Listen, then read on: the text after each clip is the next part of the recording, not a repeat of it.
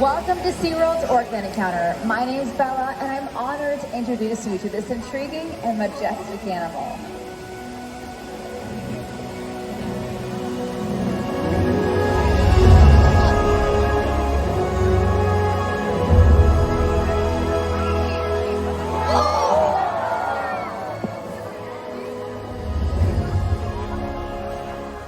There's nothing like seeing a killer whale up close and learning about them and their natural behaviors. We hope this Orca encounter will give you a better understanding of this magnificent creature and all that they represent.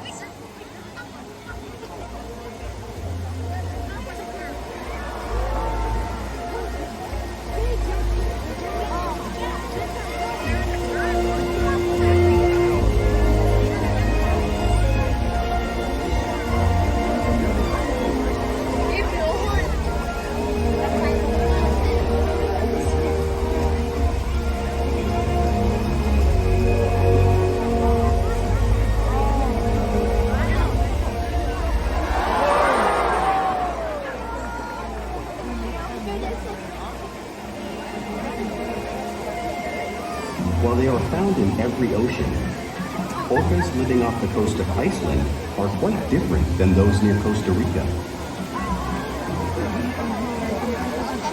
In fact, there are at least 10 types or ecotypes of killer whales. An ecotype describes the differences between killer whale size, physical form, prey, social structure, and habitat. As you can see, the differences are subtle, but noticeable when compared side by side. Orcas are adapted perfectly to their environments. And even the whale's black and white coloration has a purpose. It camouflages the outline of their bodies in the water, making it easier for them to surprise and catch their prey.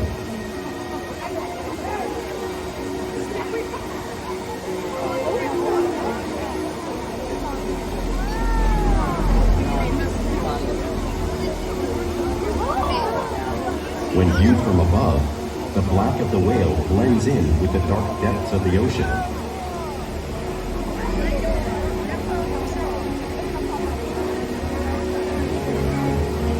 When viewed from below, the orca's white bellies match the brighter surface of the water, blending with the light above, giving them the perfect camouflage.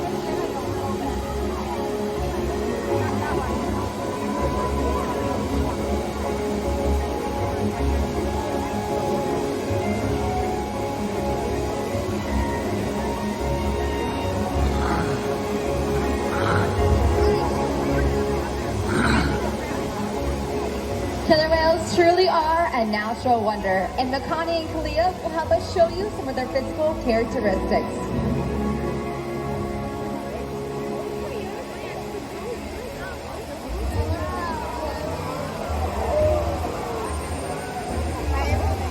Their blowhole is perfectly designed for getting a quick breath of air at the surface of the water.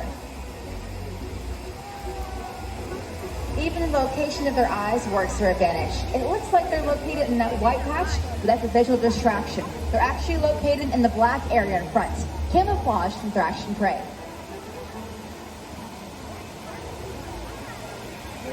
The fin on top of the whale's back is called a dorsal fin, which helps stabilize them as they swim and helps regulate their body temperature.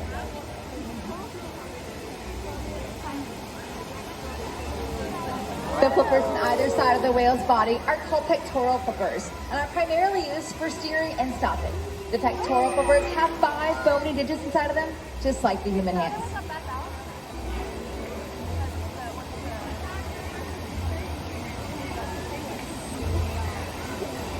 The lobes on either side of the tail are called flukes and are the killer whale's engine, propelling them to speeds as fast as 30 miles per hour, which can be as fast as some of our speedboats.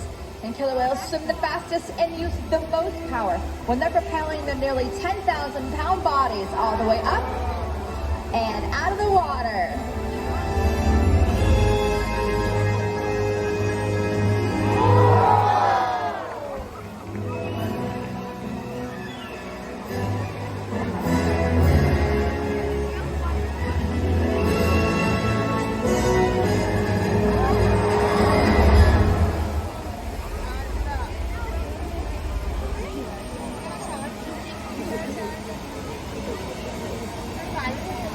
killer whales are highly social animals with a well-defined social structure. An orcapod is always led by a female. Though just half the size of her male counterpart, she is in charge. It's all about attitude, not size. Because they live and work as a group, orcas need to communicate with sounds and body language. Orcas use clicks for echolocation or navigation.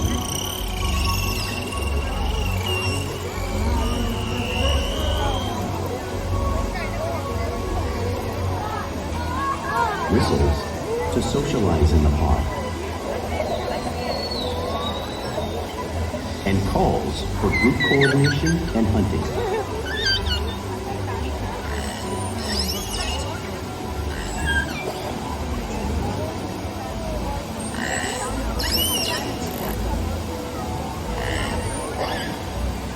Vocal development studies here at SeaWorld show that early on, calves learn vocalization from their mothers. But as they grow, they learn from others close to them as well. This is a bottlenose dolphin call that Shuka learned and even taught other killer whales here at SeaWorld. In fact, orcas are the largest members of the dolphin family.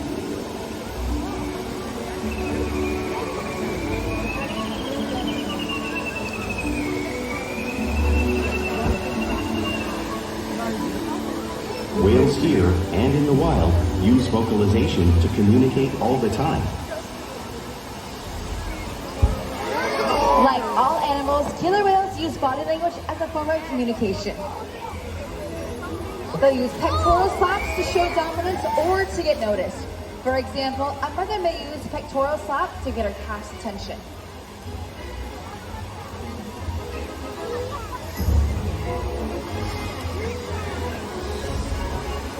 But if they really want to be heard, they reach.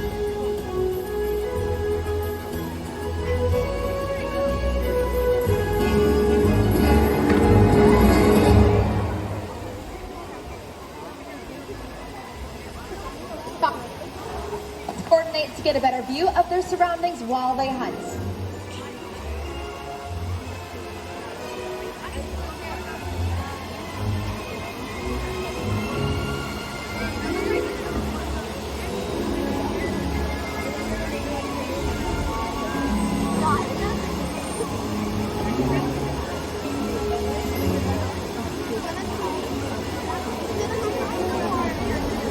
Fluke slaps, another form of communication killer whales use in the wild and right here at SeaWorld.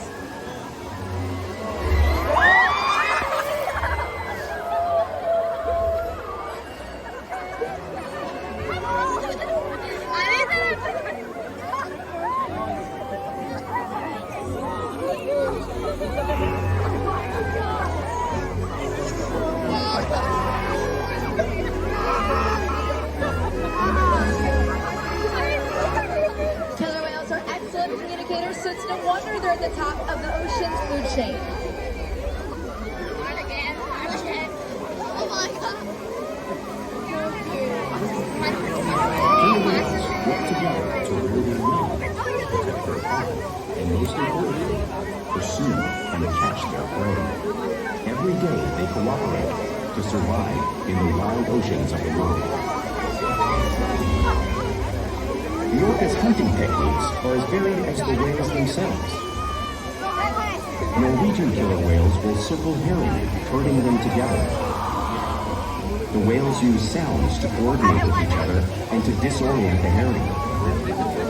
With the fish confused and contained, the whales stun them with their powerful tail flukes, making for an easy meal.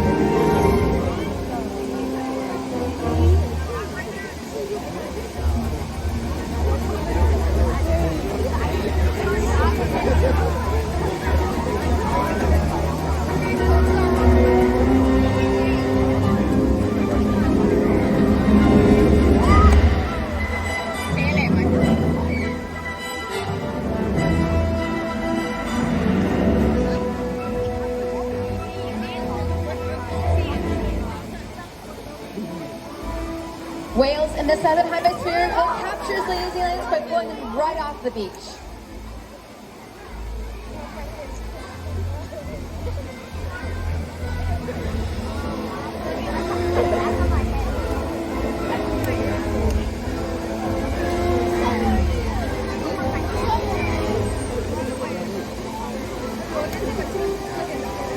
Antarctic orcas will actually create waves that wash over floating ice, knocking seals into the water. Watch as Makani shows you this wave-making technique at the front of the pool area, demonstrating one of the many complex and intriguing hunting abilities killer whales have developed all around the world.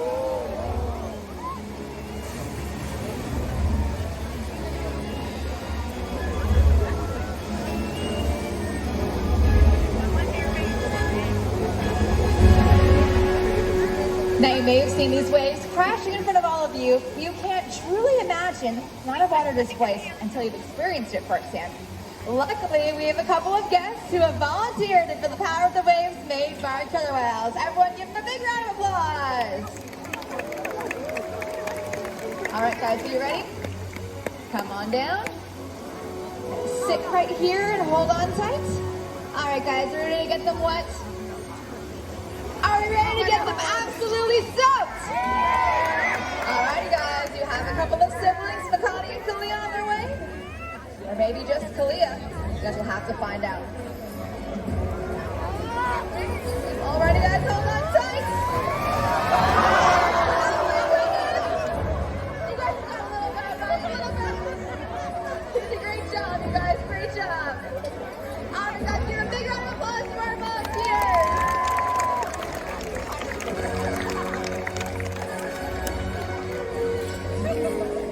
Because killer whales live in every part of the ocean, it's no surprise they eat all types of prey, including other whales.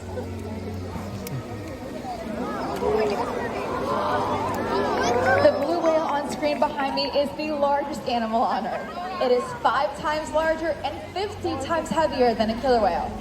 So how does a whale the size of Makani or Kalia prey on a whale that size in the wild?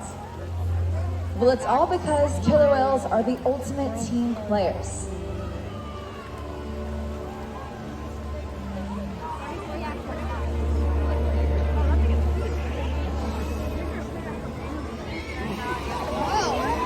In this example, we see the larger male orcas surround a sperm whale, forming a perimeter, while the females continue to drive the whale forward until it reaches exhaustion. The calves then move in to join the adults in the group. Whatever their prey, killer whales always cooperate and hunt together, making them a highly successful predator.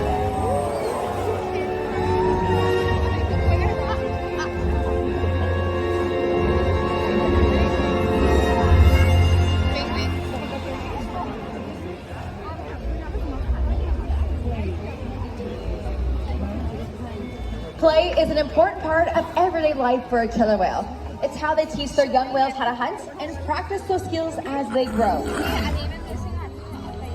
You'll see whales in the wild showing their interactive and playful side. We see it here at SeaWorld all the time.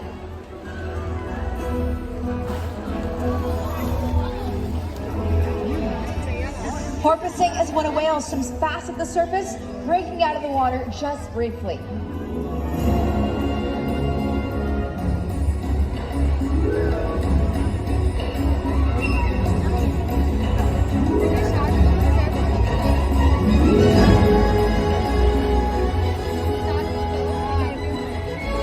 You'll see them do this when catching a ride in a wake of a boat, or even when surfing in a wave.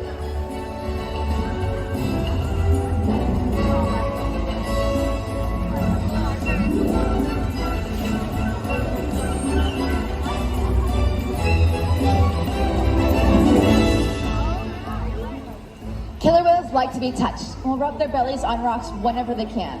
Watch as our whales do this here, just like killer whales in British Columbia.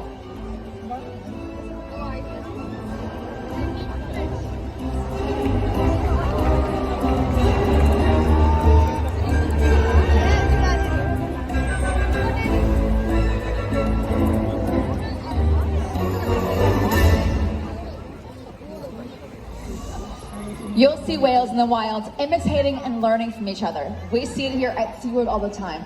Our whales are constantly copying each other's behaviors and learning from each other.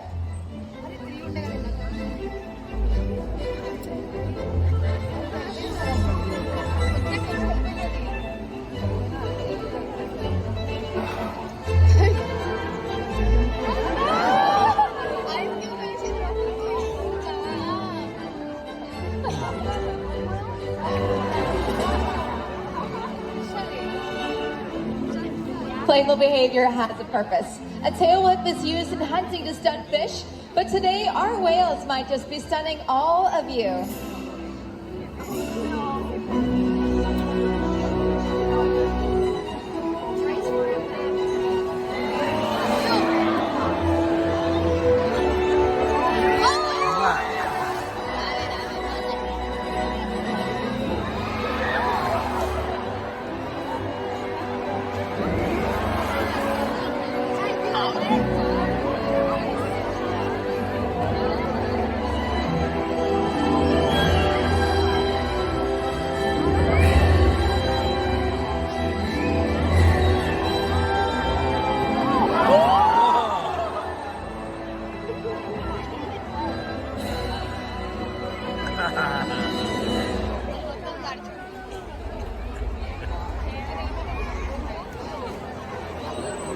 Here at SeaWorld, we interact with our whales all day, every day, which helps build trusted relationships, care, research, and quality of life. Our whales here take an active role every day in their own health and well-being.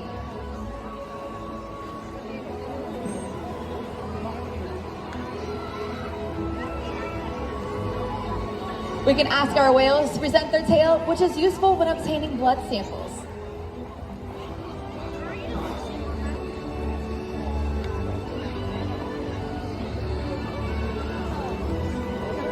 We can also ask our whales to slide it on a scale to help monitor their weight, just as Orca's doing on screen.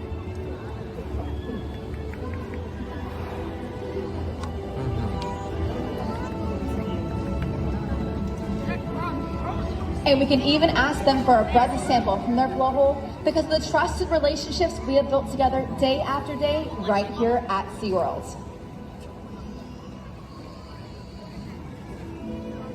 Now we would like to introduce you all to a very special whale. Everyone give a big round of applause to Kalia.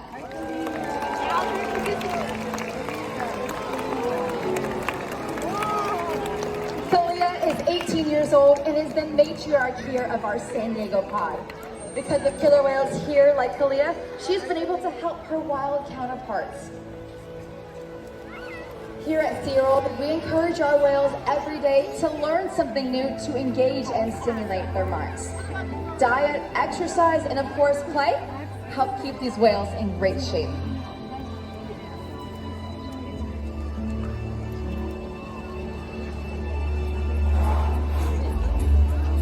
The whales here at SeaWorld have helped killer whales in the wild by participating in many research studies.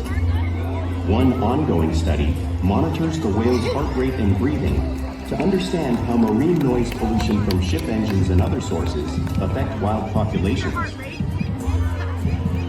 In another study, scientists from NOAA, the National Oceanic and Atmospheric Administration, took measurements of the killer whales living here, including pregnant whales. By comparing these measurements with drone footage of killer whales in the wild, scientists are able to monitor the wild population's nutritional and reproductive states. Other research has been done here at SeaWorld on the mother whale's milk composition. This research will help create an effective model to understand how toxins in the ocean impact wild killer whales and their milk supply. What we learn from the whales in our care every day is actively helping whales in the wild survive. And just by being here today, you've supported our rescue, research, and conservation efforts all around the world. If we work together, like the killer whale, we can protect the future of the Orcinus orca and this beautiful planet that we all share.